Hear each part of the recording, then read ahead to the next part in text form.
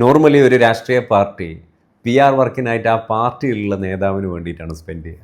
നമ്മളെ ഭരിക്കുന്ന സർക്കാർ ഓപ്പോസിറ്റ് പാർട്ടിയിലുള്ള നേതാവിന് വേണ്ടിയിട്ട് കോടിക്കണക്കിന് രൂപ PR വർക്കിന് സ്പെൻഡ് ചെയ്തിട്ടുണ്ട്. അതെ, നമ്മളെ രാഹുൽ ഗാന്ധിക്ക് വേണ്ടിയിട്ട് ഭരിക്കുന്ന പാർട്ടിയുടെ സോഷ്യൽ മീഡിയ വിങ് കോടിക്കണക്കിന് രൂപയാണ് സ്പെൻഡ് ചെയ്തത് പപ്പു എന്നുള്ള പേര് ചേർത്താൻ. മൂപ്പരുടെ പല പത്രസമ്മേളനങ്ങളിൽ നിന്നുള്ള ചെറിയ ചെറിയ കഷ്ണങ്ങൾ അത് കോമഡി രൂപേണ സോഷ്യൽ മീഡിയയിൽ ഇങ്ങനെ പബ്ലിക്കാക്കിയപ്പോൾ BJPക്കാരില്ലാത്തവർ പോലും ഈവൻ കോൺഗ്രസ്സുകാർ പോലും പരിഹസിച്ച് കമൻറ്റ് ചെയ്ത് ഞാൻ കണ്ടിട്ടുണ്ട്. ഇപ്പോൾ ഇതാ രാഹുൽ ഗാന്ധി ഒരു കണക്കുമായിട്ട് വന്നിട്ടുണ്ട്. ഇന്ത്യൻ ഹിസ്റ്ററിയിൽ ഇങ്ങനെ ഒരു ഡീറ്റെയിൽ പ്രസൻറ്റേഷൻ ഒരു രാഷ്ട്രീയ നേതാവും ചെയ്തിട്ടില്ല, ഇനി ചെയ്യാൻ പറ്റുകയില്ല. എത്ര ക്ലാരിറ്റി ഉണ്ട് അതിന്.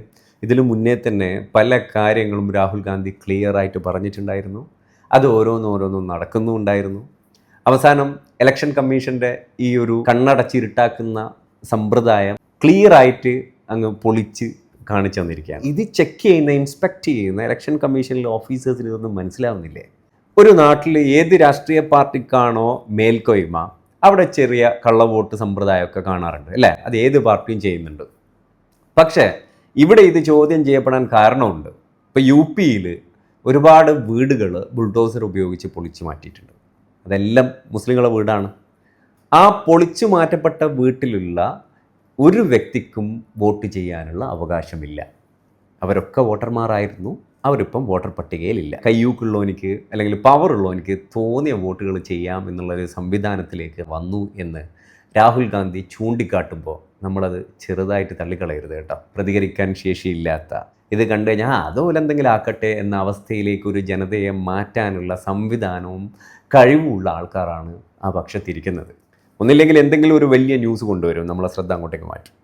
ചിലപ്പം ഒരു ടെററിസ്റ്റ് അറ്റാക്ക് ആയിരിക്കാം, ചിലപ്പം ഒരു വലിയ ആക്സിഡൻ്റ് ആയിരിക്കാം, ചിലപ്പോൾ എന്തെങ്കിലും സ്പോർട്സ് ബേസ് ആയിട്ടോ അല്ലെങ്കിൽ സിനിമ ബേസ് ആയിട്ടോ എന്തെങ്കിലും വലിയൊരു ന്യൂസ് സോഷ്യൽ മീഡിയയിൽ അങ്ങ് സ്പ്രെഡാവും. സൂൺ നോക്കിക്കോ നമ്മളെ ശ്രദ്ധയെല്ലാം അങ്ങോട്ട് പോവും.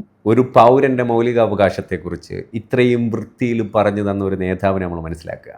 ഒരു രാജ്യത്തോടുള്ള കൂറ്, സ്വന്തം രാജ്യം ഇങ്ങനെ ആയിപ്പോകുന്നുണ്ട് എന്ന് തുടക്കം മുതലേ നമ്മളെ സൂചിപ്പിച്ച് തന്ന ഒരു രാഷ്ട്രീയ നേതാവ്. അത്രയും ഹാർഡ് വർക്ക് ചെയ്തിട്ടും അതിൻ്റെ പുറകെ പോയിട്ടാണെങ്കിൽ ഓരോ കാര്യങ്ങളും, ഇത് മാത്രമല്ല ഇതിന് മുന്നേ പല കാര്യങ്ങളും മൂപ്പർ കൊണ്ടുവന്നിട്ടുണ്ട്. അതിലൊന്നും നമ്മൾ ആരും ശ്രദ്ധ കൊടുത്തിട്ടില്ല. കാരണം ഓപ്പോസിറ്റ് പാർട്ടിയിലുള്ള ഭരിക്കുന്ന പാർട്ടിയിലുള്ള ആൾക്കാർ കോടിക്കണക്കിന് ഉറുപ്പിയാണ് സ്പെൻഡ് ചെയ്തത് PR വർക്കിന് ഇദ്ദേഹത്തിന് ഒരു വിഡ്ഢിയുടെ വേഷം കെട്ടിക്കാനായി. അപ്പോൾ ഇതൊക്കെ അറ്റ്ലീസ്റ്റ് നമ്മൾ സ്റ്റോറിയിലെങ്കിലും പ്രതികരിക്കുക. കാരണം നമ്മൾ ഓരോരുത്തരും ഇന്ത്യൻ പൗരന്മാരാണ്, നമുക്ക് ഓരോരുത്തർക്കും വോട്ട് ചെയ്യാനുള്ള അവകാശമുണ്ട്. നമ്മൾ ഓരോരുത്തരും തീരുമാനിക്കണം നമ്മളെ സ്ഥലത്ത് നമ്മളെ പാർട്ടിയാണ് മേൽക്കോയ്മയെങ്കിൽ നമ്മൾ കള്ളവോട്ട് ചെയ്യൂല എന്ന്. കാരണം ഒരാൾക്ക് ഒരു വോട്ട്, അതാണ് ഭരണഘടനയുടെ അടിത്തറ.